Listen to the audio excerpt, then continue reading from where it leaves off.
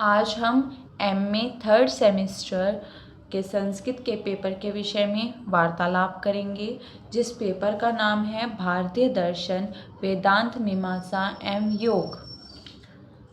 Note: सभी खंडों को निर्देश अनुसार हल कीजिए। सभी खंड का अनुसार निर्देश अनुसार हमें उसको हल करना है।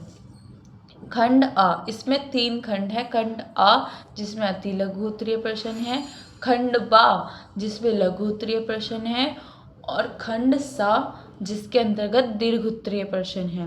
नोट: सभी प्रश्नों के उत्तर दीजिए। प्रथम, तत् अनुबंधो नाम अधिकारी विषय संबंध प्रयोजनानि को स्पष्ट कीजिए। यानी कि इसमें अनुबंध जो कि 4 प्रकार के हैं: अधिकारी, विषय, संबंध और प्रयोजन, इनको हमें स्पष्ट करना है। दूसरा, श्रवण नाम, यहाँ से यहाँ तक का इसका हमको अर्थ लिखना है। तीसरा, अर्थ संग्रहस्य मंगलाचरण लिखित, अर्थ संग्रह का मंगलाचरण इस प्रश्न के अंतर्गत हमको लिखना है। चौथा, योग दर्शन के अनुसार विपर्य को समझाइए। विपर्य क्या है उसका हमको बताना है योग दर्शन के अनुसार। अभ्यास वैराग्याभ्याम तन्निरोधः का अर्थ लिखिए। यानी कि इस पंक्ति, जो हमें ये पंक्ति दी गई है, इसका हमको अर्थ बताना है। खंड ब, लघु उत्तरीय प्रश्न। नोट: जो भी आगे लिखे गए, ये संस्कृत में लिखा, मैं इसको हिंदी में आपको समझा देती हूँ।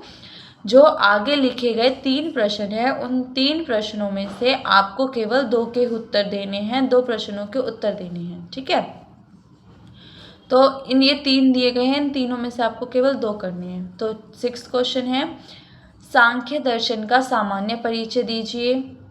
7वां, योग दर्शन के अनुसार वैराग्य का स्वरूप स्पष्ट कीजिए।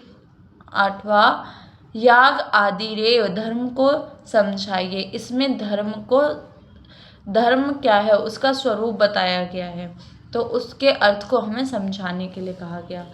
खंड सा, विस्तृत उत्तरीय प्रश्न। नोट: जो नीचे प्रश्न दिए गए हैं उनमें से हमें केवल 3 प्रश्नों के उत्तर लिखने हैं। 9वां प्रश्न है, वेदांत सार के अनुसार आवरण व विक्षेप नामक शक्तियों का विवेचन कीजिए।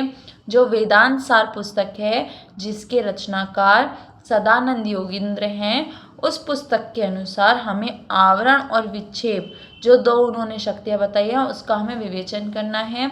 10वां, योग दर्शन के अनुसार अंतराओं का नामना उल्लेख कर उन्हें स्पष्ट कीजिए। यानी कि जो योग दर्शन में अंतराएं बताई गई हैं, अंतराएं मतलब बाधाएं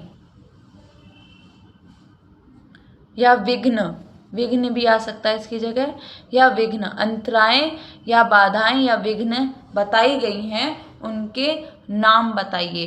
तो योग दर्शन में जो विघ्न बताए गए थे वो 9 प्रकार के बताए गए थे। व्याधि आदि,